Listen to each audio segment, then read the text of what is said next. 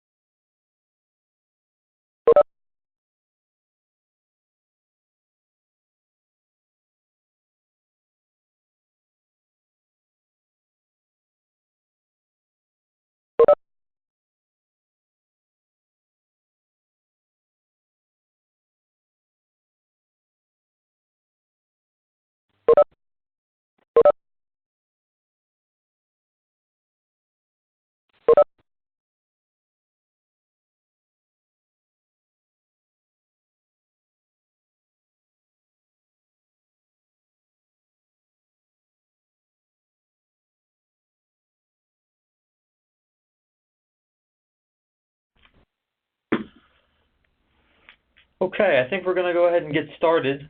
First off, I'm Matt Ambrush. I'm the current president of SURF, the Sustainable Remediation Forum, and want to start off by thanking everybody for taking their lunchtime to join us for this webinar.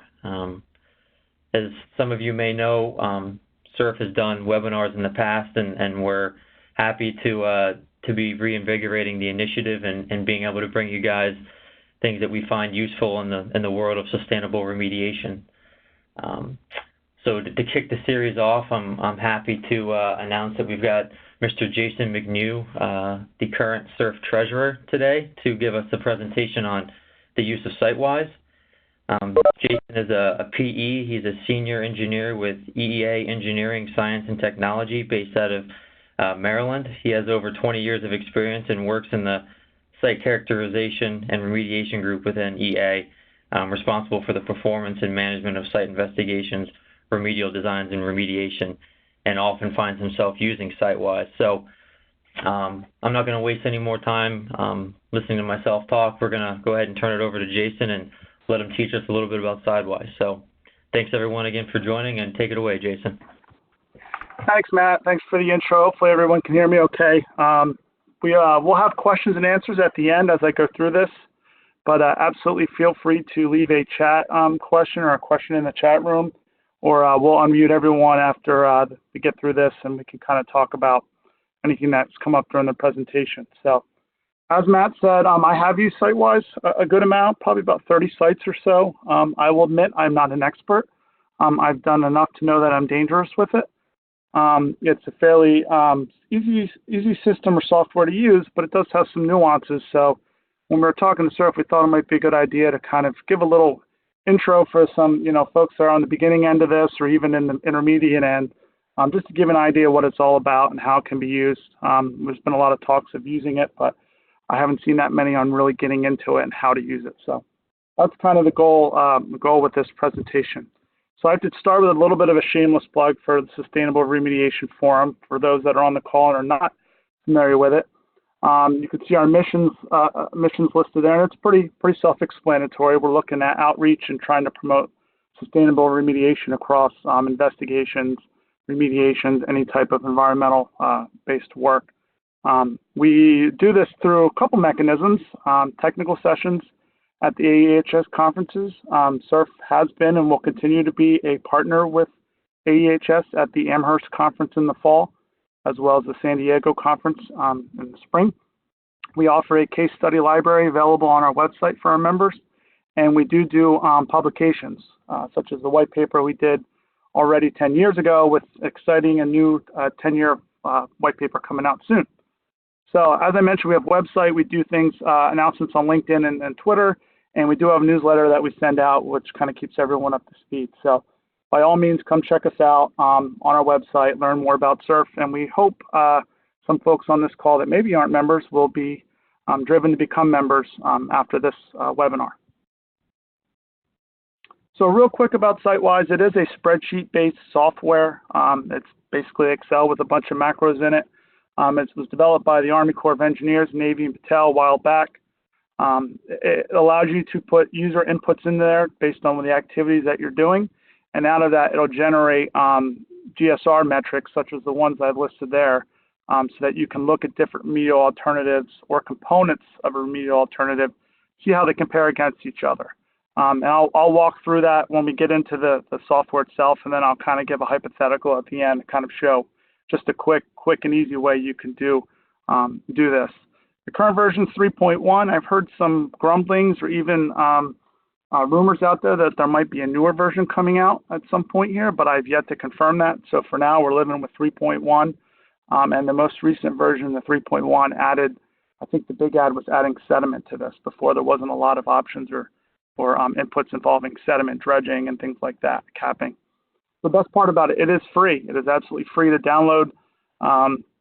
It is available from these two websites rather, from our SURF website. You can get it.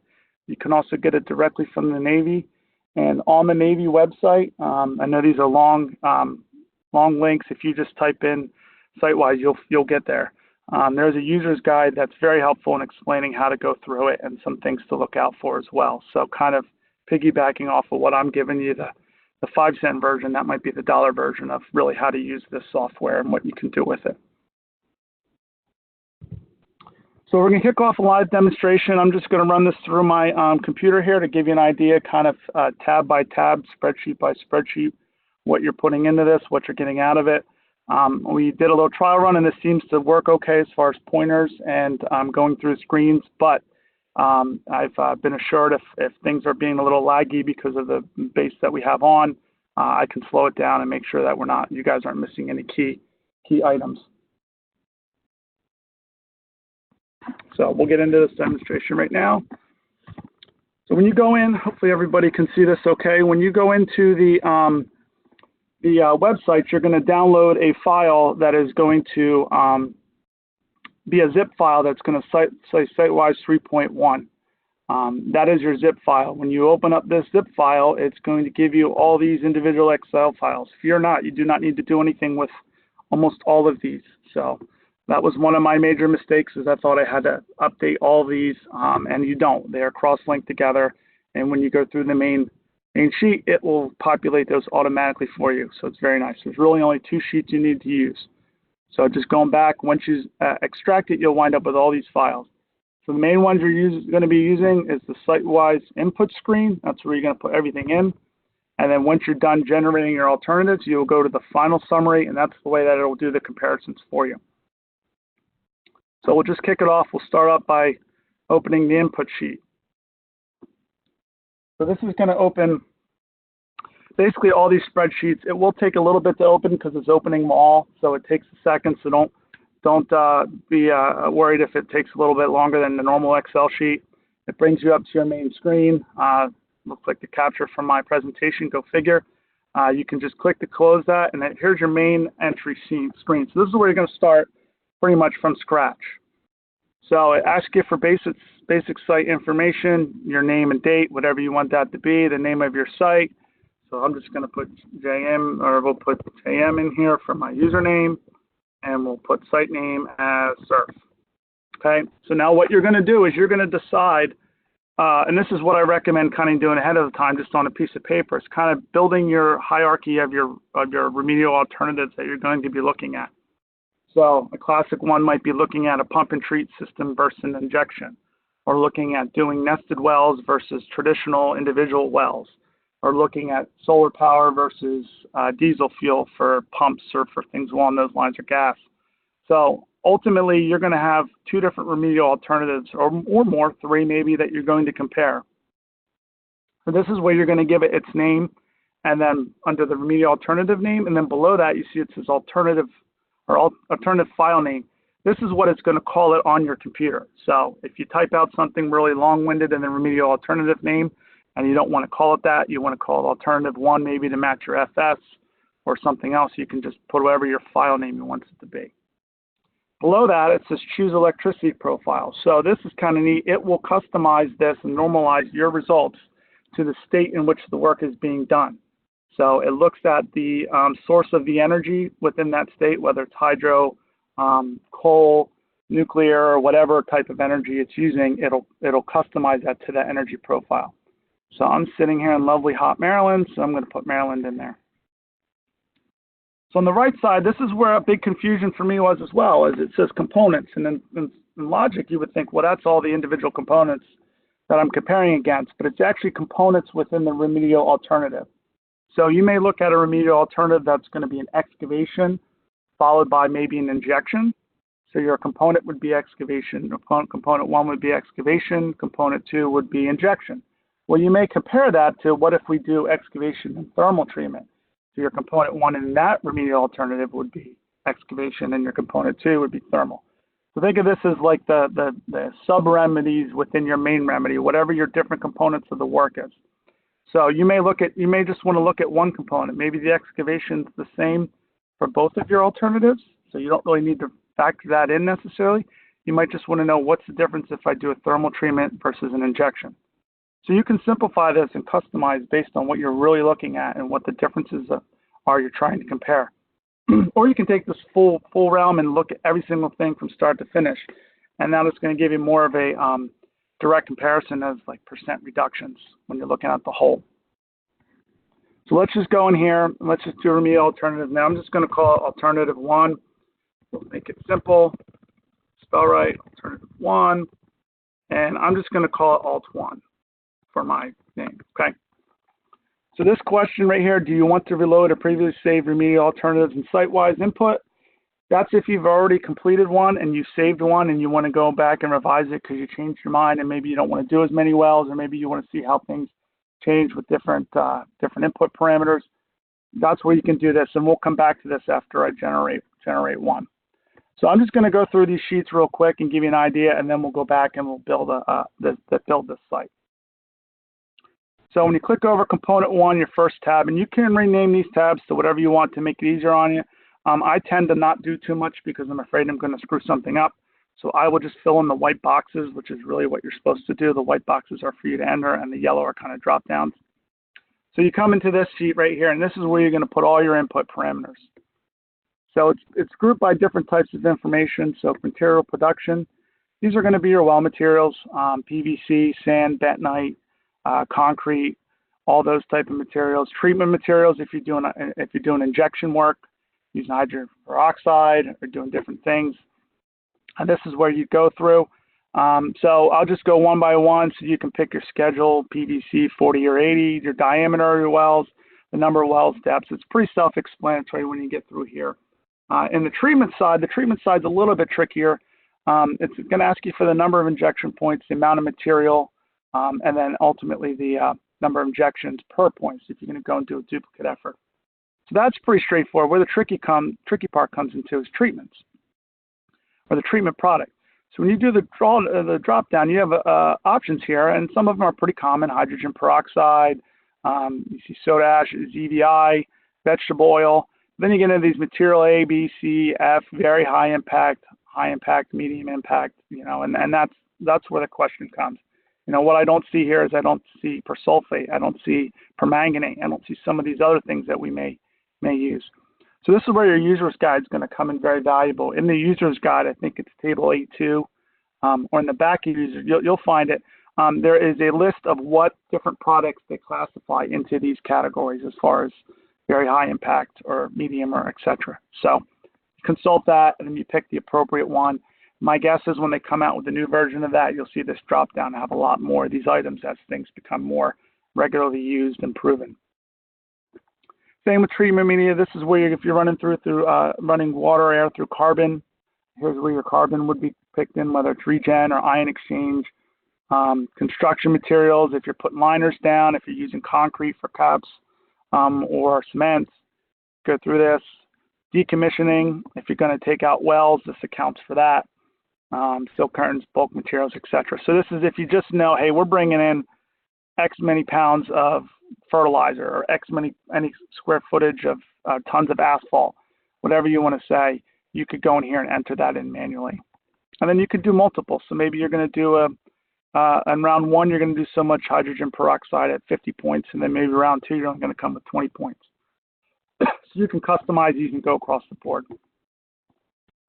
Transportation's fairly self-explanatory as well. This is if you're moving people or materials. This is where you count field trips. So if you're like a long-term monitoring site, or maybe you're looking at, hey, if we gauge wells every month instead of every 6 months, what would be the impact of reduced travel? So you could put in people, trips, vehicles, what type of vehicles you're using, and account for that. Same with if you're flying places or if you're taking rail. So you could look at what's the difference between if I go take a train to the city instead of driving a car, something along those lines.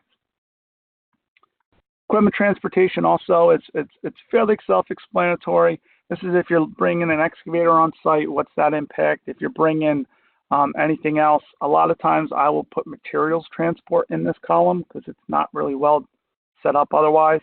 So if I know I'm bringing in, 20 tons of some material, I'll put that in here. And it asks you the weight of the ton. So this is where you can account for that. And you can account for gasoline, diesel, depending on your fuel, biofuels, whatever you might be using. So again, water, same thing. If you're whatever you're transporting, it'll calculate that for it. Equipment use, this is where you're going to get into your heavy metal or heavy machinery, your heavy metal machinery, your drilling, trenching, any of your other equipment, and this is going to account for the fuel usage associated with that. So you can pick from the top whether you've got a dozer, an excavator, loader, what it's run on, the amount of volume you're looking to move, and it will calculate based on a unit rate of so many yards per day or yards per hour, and fuel usage associated with that. It'll give you what the total fuel is. Same with drilling. You can pick your drilling, whether you're doing direct push or sonic or hollow stem auger or whatever you're using, the number of points.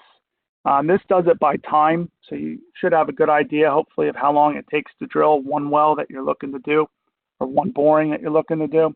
And you can just plug that in as far as the number of time. And again, it'll calculate the fuel usage based on the use of the equipment. Trenching, same thing. Sediment dredging, this allows you a little bit more options, whether you're doing, I think, mechanical or hydraulic, what size crawler crane you're using, and it goes through all these different options. And then it talks even about tenders. How many tenders are you using? What fuel is that using? How often are they moving? What's your research vessel that's out there? So you can really dive into this to really get an idea from the sediment side, as well as staging and drying if you're going to be placing dredge material to dry out before using. And then moving down even into capping, if you're going to do a surface release, a direct placement or through a pipeline, how many hopper barges you're going to use, etc. So again, breaks down into these, add as many as you see fit. Usually I try to reserve it that if you have 20 of the same, I put it in one column, but if I have 10 that operate under different parameters, that's where I'd use column 2. Boats, if you happen to be using boats, that's where this would come into play. So from the pump operations, this gives you multiple methods to figure this out, method 1, 2, or 3. If you know the kilowatt hours you're going to be using on your pump, fantastic. Fill in a method 1 and you're done. If you don't, but you know the pump head, you can calculate via that method where you know the flow rate, the total head, number of pumps being operated, and time you're running them. Or if you don't know either of those, you can go by nameplate where you know the horsepower and you know how long they've been running and the number of pumps. The blues are default values that they enter for you on these tables, so I tend to not mess with those unless I have a really good reason why I should. And then again, you see the electricity region right here popped up with Maryland because that's what we placed in the beginning. And there's some catch-alls. If you just know you have a pump out there and it doesn't fit any of these and it's a 2-stroke or a 4-stroke or whatever you have out there, you can put that right in and time running and it'll figure out the emissions associated with that for you. Blowers, compressors, mixers, other equipment. If you have a bioventing system, you might want to look at a blower. If you're mixing for injection, things along those lines, air compressors for your SVE system. If you're knockout pods or for any type of anything using air compressors, you might want to calculate that. So similar to the top, pick your method again, whether you know the nameplate or the electricity use. You have portable generators that are covered here. Agriculture equipment. I personally have never used the agriculture equipment, but if you're doing tilling for maybe a phyto job, remediation job or something along those lines, that's where those would come into play. And again, capping, mixing, all different types of equipment. So for the most part, you're going to find what you want on here, the more common stuff. And if you don't have something common, It's kind of out there. Usually if you get an idea of the engine it uses, you can find a place in here to calculate that. And for example, here, internal combustion engines. And then there's otherwise you can pick your other ways you can pick your sizes for different equipment on a per hour basis.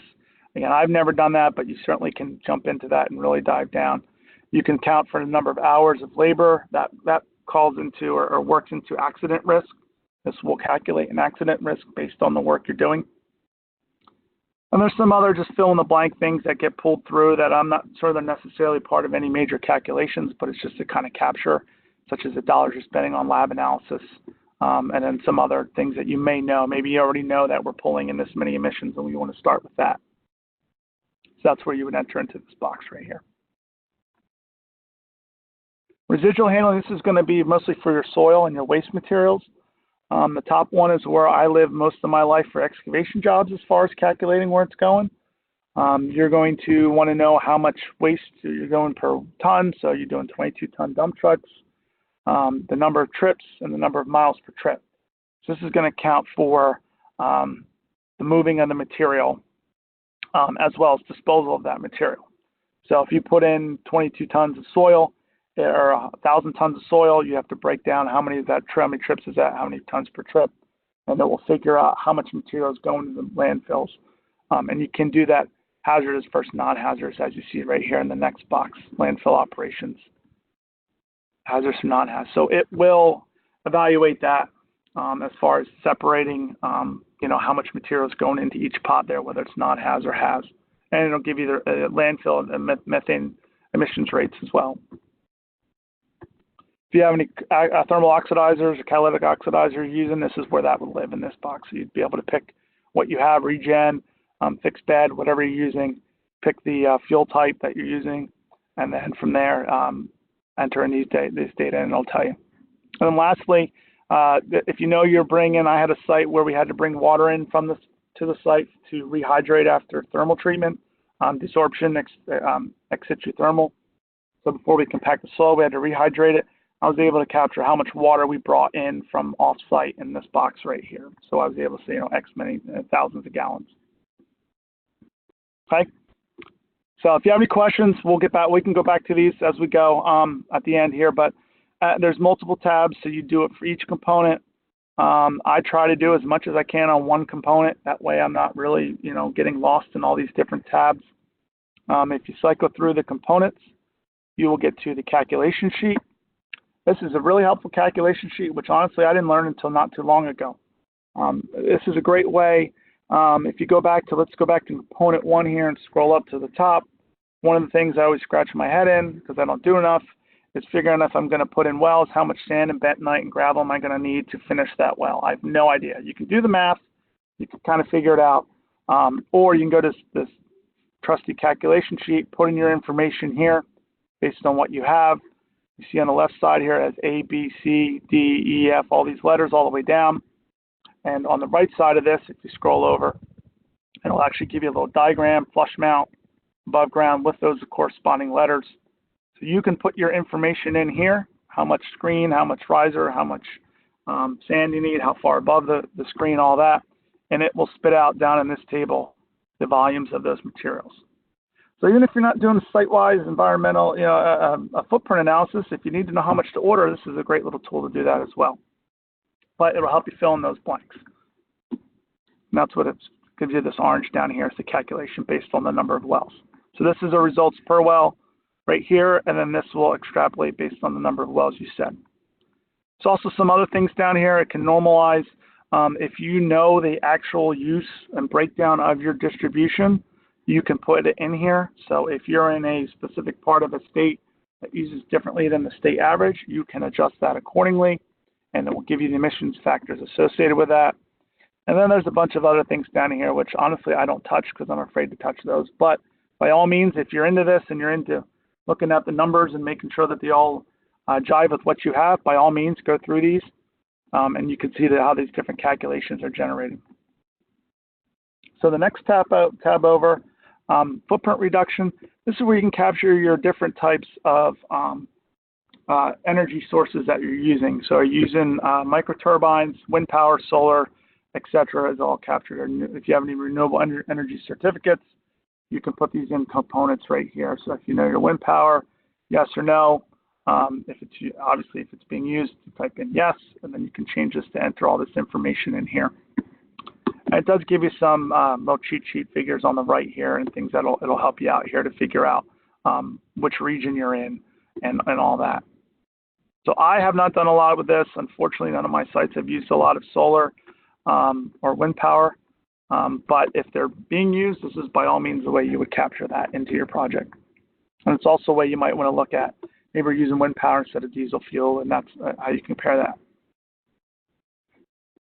So I'm going to skip this Generate Alternative tab right here. We'll come back to that. So this lookup table, this gives you all the information and all the data. So this is exactly where they're getting their calculations for in this system. So when you enter 100 yards of soil to be dug, this is where they're getting that information, and it's cross-linked. So table 1C, if you go to table 1C in the beginning, it'll tell you this is it. This is so for instance, asphalt, this gives you how many kilograms of CO2 per kilogram of asphalt, how much is generated. So this is where all the background source data comes from. You can change this.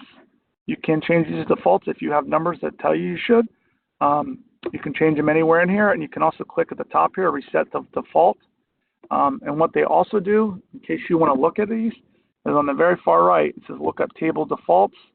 That's the same thing we just looked at, but it's all the default values in there. So if you want to change something here, and then you want to go back, I can't remember what I changed, I don't want to redo everything again, you could go back and compare these two to each other.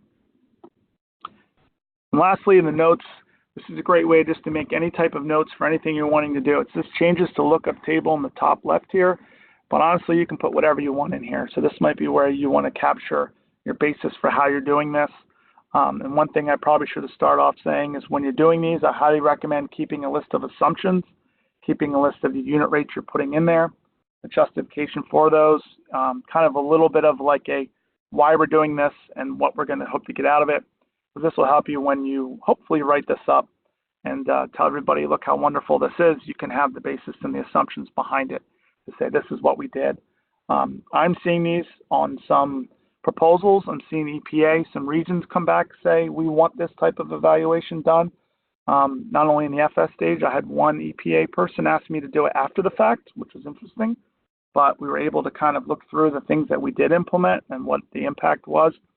So it's always good to document everything you do so you can go back to this and ultimately be able to kind of write up and explain where you got to through the system. So once you input all your parameters, we're going to go to this Generate Alternative button. This is where you're going to generate your alternative. These buttons, I hope in the next version they come up with a little bit better way to explain these because they're a little bit confusing. Click the Generate Alternative using previously entered alternative name. This is basically let's save it. This is what we just did. Click this, we'll save it.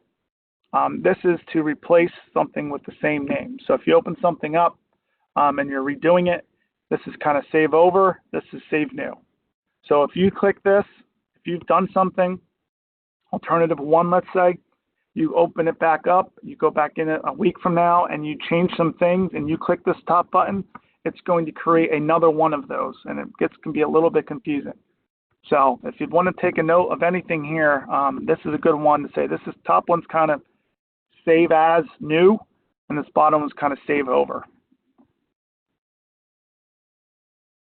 So let's go back and let's just kind of run through a little bit of a quick hypothetical here.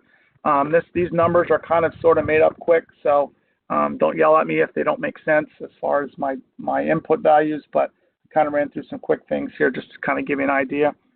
So we're going to look at doing some well installs, and we're going to look at doing 40 wells. We need 40 wells at our site altogether. We need 20 that are shallow at about 20 feet, let's say, and we need 20 that are about 50 footers. So not real deep, but we'll keep it simple. So traditionally, we're going to go out and we're going to do 40 borings across the site. We do shallow wells, deep wells. Well, we say, what happens if we start to do nested wells? We'll still have the same well materials, but maybe we can do now 20 total boreholes instead of 40. And what's the impact of that on the drilling alone? So we'll start off, that's fairly simple and straightforward one we can do. So we're going to call alternative 1. I'm going to go back here. Let's call alternative 1 traditional. So by traditional, I mean 40 points. Okay. And we'll just call this traditional, so keep it simple. Okay, so now we've got it in. I'm not even going to name my components because I'm only going to have one component, so I'm not even going to touch that. I'm just going to go to component 1, and I'm going to start with my wells. So my traditional, I know that I want 20 wells, and I'm going 20 feet. They're scheduled 40. Let's say they're, I don't know, let's say they're 2-inch wells, just for the heck of it. Okay? For the sake of sanity, I'm not going to enter all these sand, gravel, bentonite numbers in there, but you could do that by going back to that calculation sheet. So maybe that's something you'd like. In this case, you want to make a note that the assumption is this does not include this. So you can do that. There's nothing that says you can't. But if you're short on time and you want to do something just real quick, this is a way to do it. So all right, so now I need 20 more wells. These are going to go 50 feet. These are going to be 2 inches as well. So right away, there's your first well entries, right? And then you go and fill your sand and all that. Non treatment chemicals, non treatment media. I'm not worried about IDW. I'm not looking at any of that right now. I'm just looking at straight drilling and well materials.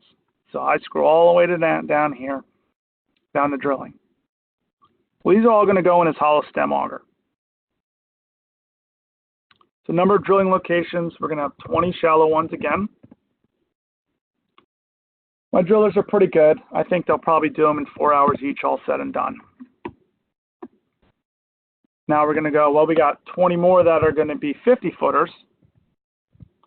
These are a little bit more complex, so let's say double the time. They're a little bit more efficient because they're only going, not quite, a little over twice the distance, but efficient. Diesel run, we're running that, so there you go.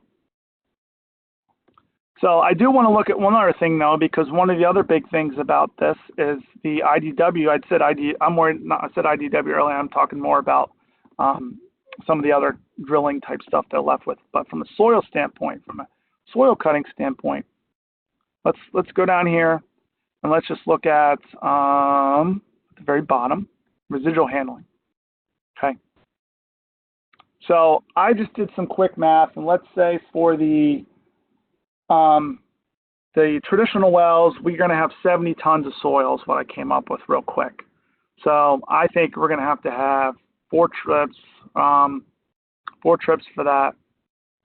Well, let's do 3 trips. Let's say the trucks are overloaded. They shouldn't be. Let's say 3 total, 25 tons each trip. We need 3 trips, and it's non-haz, so it's only going to be, let's say, a 50-mile trip. Okay, so there's where you'd enter in your material. We're going to put, I just rounded up to 75 tons. I said 66, but for the sake of being easy, let's say 75. You have 75 tons going there, okay? I'm not worried about methane emissions right now. I'm just looking at this quickly. So that's it. That's all I'm worried about. I want to know what's the impact of this versus the traditional, or versus the nested. So I click all the way to generate alternative. I'm going to click this button, click to generate alternative. This says the file name will be this. Yes, it's going to flash out at you a bunch of times, make it look like your computer's freaking out. It's not. It's just generating all these sheets for you. So it takes all those blank sheets that you saw come out of the first zip file, and it now copies them into a new folder and populates them with the information that you just gave it. So that's why you'll see new folders pop up and you'll see new things pop up. And that's why when you go to this page where it asks you about the alternative, if you go ahead and you click to replace the existing, or you go and, if you go and say Save New at the top, it's going to create a whole new set of folders. So if you only want to change one little thing, it'll change it all. Then you have to go back and figure out which ones you want to keep and do some manually deletion of the different folders. So it gets a little bit tricky. And I see it's slowing. It's taking its time. It's chugging along. It's chugging along a little longer than it does. But at the bottom, remedial alternative done. And at the bottom, it says currently loaded. So you know what you're working on right now. All right. So let me go back to this, back to the screen. So the first thing I'm going to do, just so it doesn't save over as I work through this, is I'm going to change this. I'm working on the second one. I'm done with the first, moving on to my comparison. So I'm going to call this nested, and I'm going to say nested here. So now we're good. Now if I click save, it's never going to save over what I just did. Let's go back to component one. So this stays the same. I'm still doing 20-foot PVC wells, and I'm still doing 50-foot PVC wells. Hasn't changed at all. The only changes I'm having really are going to be the borehole and the drilling, and then also the material. So now instead of 20 at 4 hours, I'm deleting out my other ones, and I think I'm going to be able to do 20. They're going to be larger diameter.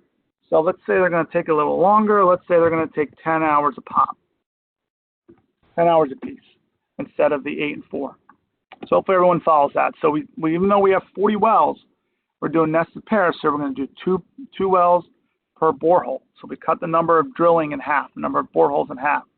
But to get 2 wells in there, you're going to probably need a little bit larger diameter boreholes. So it's going to take a little bit longer time than our 20 or 50 footers were when they were smaller. So enter that in there. Go down to the bottom. And you can, if you get frustrated with going back and forth, you can select these and you can hide these columns. You can make them go away. So you can really hide this to be only what you're working on, so you don't keep having to scroll up and down. I do that a lot of times when I'm back and forth. And also, if you want to do it for the outputs, you can do it that way. All right, so I think we probably cut our waste down by about half. So let's just say a third. Let's keep it simple as far as the soil goes. So we only have one trip now, 25 tons, and we only have 25 tons here. Okay, so that's it. So now I'm done with that component. So now I'll go down to generate alternative. Click to generate using previously entered alternative name. Now remember, I changed it on the front screen to nested. So when I click this, it's going to say the file name will be used to generate will be this. Yes, I want it to do that. So now it's going to spin its wheels again. It's going to create all these different spreadsheets, populate them under a second folder in your folder. What I normally do is when I open my SiteWise zip file, I create a folder in my project file, wherever that is, and I will copy and paste all those individual files that you start with into that folder to start, and that's where it lives. Because when it populates these other folders, it's going to populate them into the same folder where those original files were. So if you open this up from your, let's say your desktop or My Documents, you open this up and start plugging and creating your stuff and click Generate Alternative, all of a sudden you're going to have all these other random folders in that main desktop or My Documents that you then have to copy over. And it gets a little weary when you're copying lots of things. So I recommend from start copying that zip file even into your project folder where this is all going to live and opening it up and going from there. So, okay. So I created our new one. This is it says RA nested NOFR1. So now we've got these two. So now we're done with that. Now I'm going to go back to my main folder, and you can see here's where it's created these. And when you open this up, it's got these components, input, and summary. So pretty much the same files as here. It just doesn't have this final summary, but it has all the other stuff. So when you want to go back and you want to change something, you start back at the same file here, input screen, and you load that previous one, and I'll show you that in a minute. But you do not want to touch these. These just live there forever and ever. Now, where you may want to, I take that back, where you may want to look at this is if you want the individual data just from your one, this is where your summary will be, and we'll go through that now. So you generate your alternatives. Now you want to say, well, what's the difference between the two? That's where you're going to know your final summary. You open up your final summary, and it's going to populate a page that's going to allow you to do this. So enable content. So the first thing it should, if it's in the same folder, it pops these up right here. So wonderful. It already shows me the two I want to compare. And you can unclick these if you've got 5 or 6. Click whatever you want that you want to compare. So your options are to load, reset, or refresh. You can refresh it if you change something on the other one, so you can leave this open in the background. I'm really paranoid about screwing stuff up, so I tend to close things out and reopen as I go. So you load it. Again, it's going to do its little flash. what it's doing now, it's pulling all the data from those individual files we just looked at. And now here's your output. Provides it to you in different ways. So at the top, here you have your alternatives, nested, traditional, and it shows you your emissions, right? So right away you can look at your different emissions, you can look at your different energy usage, and kind of go across the board and see which one's going to be your better option. So one thing I noticed right off the bat is these numbers look to be a little bit off, right? You'd expect your nested to be lower as far as your emissions go. So this is kind of your check and balance. So where did I go wrong? What did I include in the wrong thing? So we can go back and look and say, oh, this is why, because I entered this instead of that, or I didn't enter this. So this is kind of your reality check. Sometimes it's just the way it works out, because you might have more, maybe that extra hours of drilling is way more than the others. So I think I know what I did, and we can go back. I think I may put 20 points in for the drilling instead of 40 for the traditional. So we'll go back and we'll fix that. So it shows you the raw numbers. Then it shows you the happy face chart, as I call it, stoplight, red, yellow, green, which one's the better ones to pick of the two. This is kind of just a little quick snapshot. Then it shows you a little bar graph from each one, kind of comparing the two. So this gives you an idea of different ones: energy use, on-site emissions. We didn't put any water in there, so there's none of that. It's interesting to see this. I've had jobs where the overall emissions have been much lower for the entire site, for the entire project, but the on-site ones have been higher because we're moving the soil around more, or maybe stabilizing the soil using more equipment on site. But because of the transportation of that to a hazardous or non-hazardous, which may be closer than a hazardous, it winds up being overall less emissions to do more work on site. So you will see those different things vary. And it's great because it tells you where your emissions are coming from as well. PM10, accident risk. I've personally not done anything with this. I've never vetted that, but that does give you an idea. And then landfill space. This is just a straight bringing the numbers over.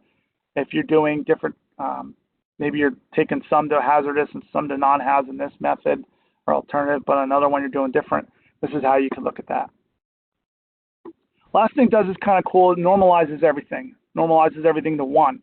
So all the emissions or all the metrics, it'll normalize so you can look at them across the board and see kind of where my best option lies. So let's go back and let's figure out where I messed up here. So what I want to do is I want to go back to my site info. I want to load a previously, refresh my list. I may need to X out of this. Oh, there we go. Refresh list. For those who didn't see that, if this is blank, just refresh your list and it will repopulate it. I did not close this and open that back up. That's why I had to refresh. So let's open my nested, select it, click yes. So now it'll populate these sheets. It'll pull all that stuff from that nested folder and put it back in here. So you can create different versions of the same alternative if you want to even look at that. It'll create multiple folders. You just have to be able to know which one you're working with, and just be careful when you're selecting which one you're working with, that you're not saving over your work, because I have done that, and it is frustrating, which is again why I really recommend writing all your inputs down on a cheat sheet or an Excel sheet. We've been talking about, and I've just been too busy to do this, but generating like an input cheat sheet that I can send around the company. So if anybody's looking to do SiteWise, they know what we're looking for. So let's go back. Let me just make sure my numbers are right. Nested, 20 wells, 20 wells. I think this one was okay. I'm just kind of scrolling through. Yep, and 20 borings, 10 hours apiece. Okay, so that one looks good. So let's go back and let's load our traditional.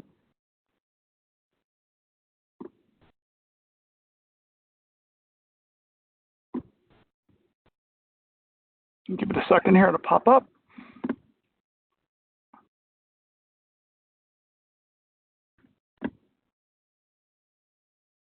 Like I said, don't freak out. It just does this little cycling as it opens all the sheets, but the first time you see it, you might think you just broke your computer.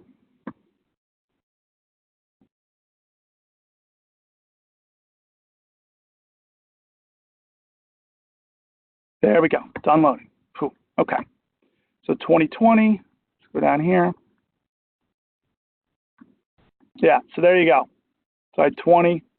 Oh, that was the problem. I had these selected as direct push instead of hollow stem auger. There we go. So there you go. So I'm going to go back, generate alternative. Now, because I fixed what I fixed, I'm going to click and replace this with that already exists, and it will save it again. So you do have to truth your numbers because there's a lot of stuff to put in, and you can make a mistake pretty quickly. But normally you have a good idea that one's going to be better than the other. If you're looking at something that's very comparable and it's really tough to tell, I definitely recommend going through your units again, just to cross-checking and making sure you didn't miss something, because it can happen, especially when you're playing with a lot of numbers. So while this is loading, we've got about 12 minutes left. I figured I'd save some time for questions. If you do have any questions that you want to ask in the chat, go ahead and populate those. I can run through them pretty quick as we're finishing this. I don't want to sell ourselves short on any Q&As that we may have here. But I do want to show you kind of the output after you fix this. So, all right. So it's done loading. I'm going to blow through this quick. I'm going to go back to my final summary. I'm going to go back to this first page. I'm going to refresh my list, pick these two again, load my alternatives, see what we got now. So there we go. Now we look good. Save about 4 metric tons by doing it this way, right? Energy saved, emissions are saved, everything looks good. So we go all the way down, and when I do my my reports, I will capture like this as a screen capture, the energy use emissions, and I will typically capture this normalized and then break down whatever I want to show, and that's what I'll put in my report. So here you go, perfect. Our emissions are lower, energy is loaded, all our on-site and off-site are loaded, our accident risk is lower, right? The less you drill, the more likely it is to be safe, things along those lines. Then I'll close out. Says, do you want to change this thing to the final summary? Sure, why not? You want and then you go through there. So hopefully that gave you a good idea of SiteWise and kind of how you can use it. You could spend hours doing this. You could spend a week doing a full evaluation if you want. Most of the 30 or 40 I've done have taken me about 2 hours a pop, an hour a pop, because we've been looking at just targeted one thing in the process. You can play with the numbers. You can use it as default values. If you're really geeky about numbers, you can get into there and change those based on known values you have, or you can, take it as far or as simple as you want. So there's more information about SURF on sustainable remediation. Stay tuned. We do have a next webinar coming up in September. Paul is going to give us a talk on the 10-year white paper, which again is the 10 years since our first paper was put out, and kind of where we've gotten and where we're going. And we'll give a quick shout out to all our different sponsors. We really can't do what we do at SURF without them. They help us to put on webinars. They help us to maintain our administrative stuff, our website. They do help us to be able to sponsor with AEHS. So thanks to all those. If you're on the phone or on the webinar and you're interested in sponsoring, please let me know. I would be happy to talk to you about it. So I think at that point we can, for Lindy, we can open it up to any questions or chats we have. Okay, I'll try to facilitate the questions. Looks like we had one come in from Greg McCartney about environmental impact of analytical methods. I think there's a section in SiteWise to talk about cost of laboratory analytical work, and I'll try to find Greg to unmute him if that will help. You can clarify the question. Okay, Greg, I think you should be able to hear you now. You have a question about analytical methods? Well, yes, there is an environmental impact at the laboratory from all the chemicals they use. Is that something that can be or is included in these calculations?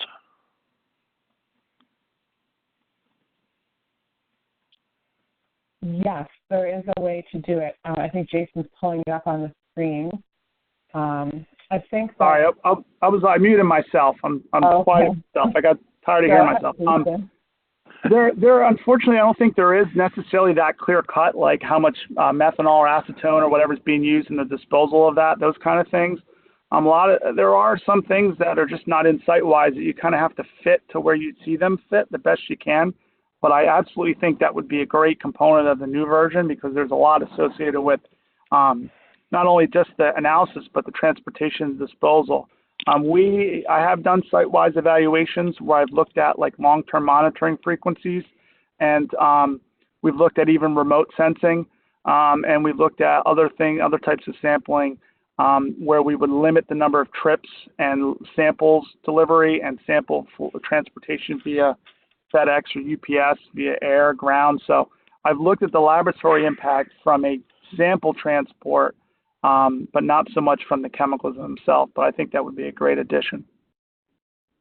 There is also an entry for dollars spent on laboratory analysis. Right. And I haven't dug into the calculation sheet enough to see exactly what they're accounting for there, but my guess is they have some sort of average value from different sources there to see what is the environmental impact per dollar.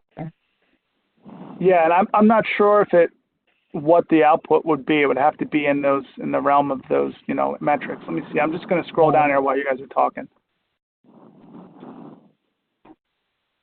So there you go. For every dollar, it does have it. From every dollar footprint analysis, for every dollar, it generates a NOx, a SOx, PM10, and energy. Mm-hmm. So as far as where that pulls it, there's a link there to the Cluin document. As far as what that entails, be interesting though, because I've never used that, and I think I should be probably using it more often than I do if we're looking at various alternative different laboratory analysis plans. Thanks. Yep, absolutely. Good question. Are there any other questions? If you want to put in the chat box, that would be great. I can also try to unmute everyone. We'll see how that goes. If you get a flurry of activity, I may put it all back to mute. But I'll do unmute all. If you have a question, please just state your name and where you're from, and go ahead with your question. I guess what Gautam Gurahati, oil and gas may they don't sponsor companies. And no politics, guys. Oil and gas. So you're not experience. But he can apply. He can't apply the same.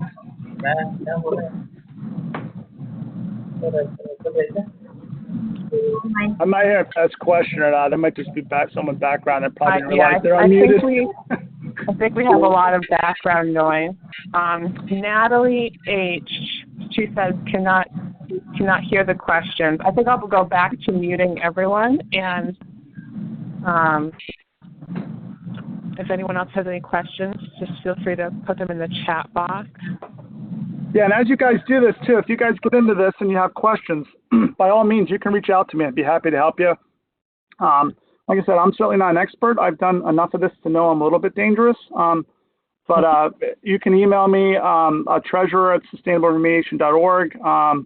You can find me on the website. I'll be happy to help you if you get into this and you have questions and get lost. I've done the training internally for some of my folks at EA, and it's been pretty well received. People like it. They like it because it's fairly simple to work with. They like it because you can manipulate things pretty easily, and the output's pretty cool as far as what it gives you. It gives you different ways to look at things that can easily be plugged into memos or reports. So I think it's a great tool, and hopefully more folks will start using it. Jason, I have a question. This is for Lindy Wolf from AECOM.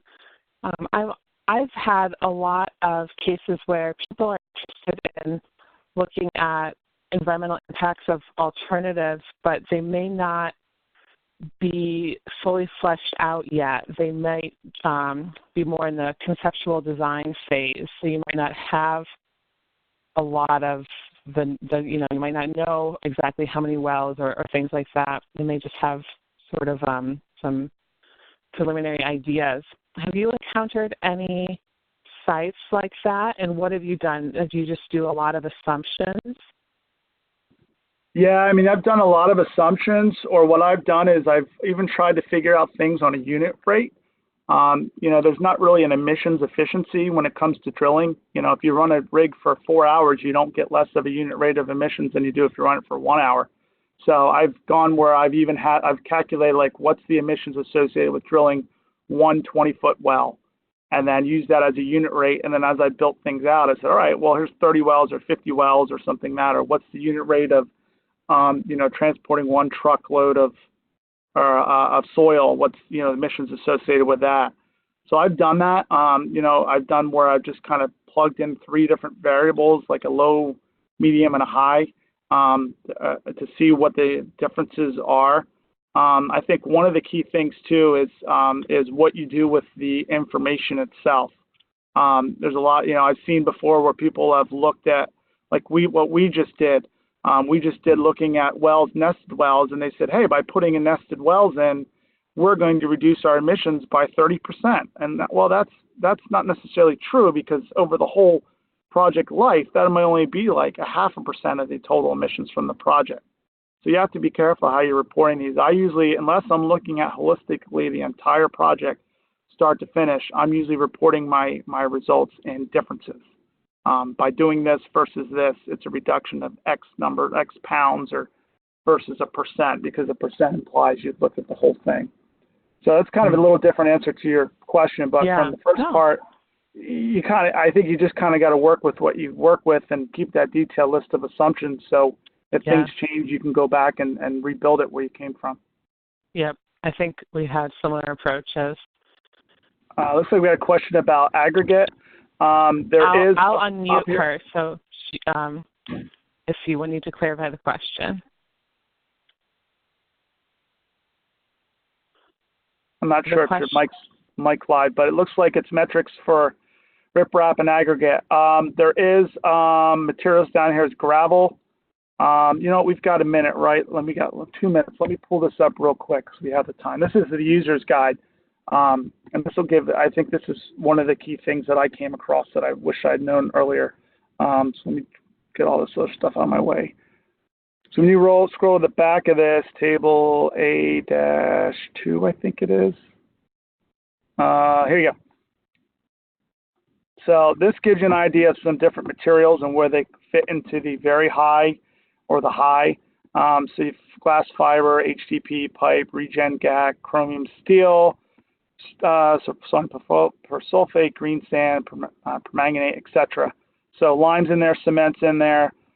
They do have a gravel category. I know it's not really riprap. I think you may be able to just pick a gravel and use that.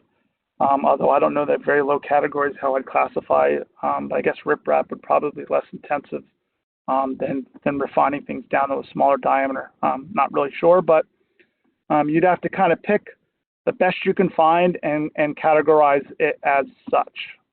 There are numbers in the back, again, you can play with if you have data that says otherwise. Otherwise, you're kind of left with what you got and making sure you document it and you get it on paper. We're just trying to get an idea out of this. I mean, none of this is given. There's a lot of assumptions that are built into these values as well. That you're running at a certain burn rate of fuel per hour consistently. Your equipment's up to speed with emissions. There's a lot of different things in here. So we're just trying to get a good idea.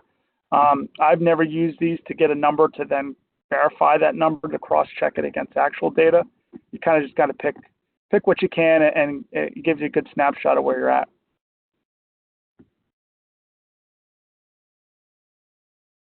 I think we're coming up on time. Any last-minute questions? Again, feel free to reach out to me or anybody at SURF. We'd be happy to help you with it. It can be a little daunting at first, but once you get into it, it gets to be pretty self-explanatory.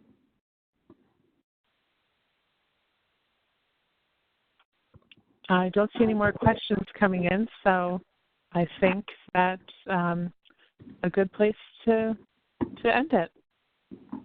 Okay, great. Well, thanks everybody for listening, and stay tuned for info on our September webinar. Hopefully you guys can join that too. I think it'll be really good information on where we're going with sustainable remediation.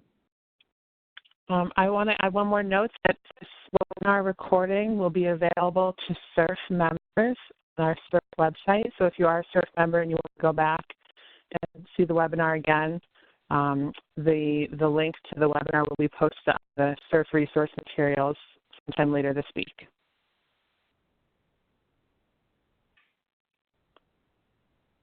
All right. Thank you, everyone, for joining. I think we'll leave it at that. Thank you, Jason. We really appreciate you presenting. And like we said, thank you on behalf of SURF for everyone who joined. Thanks, everyone. Have a good one.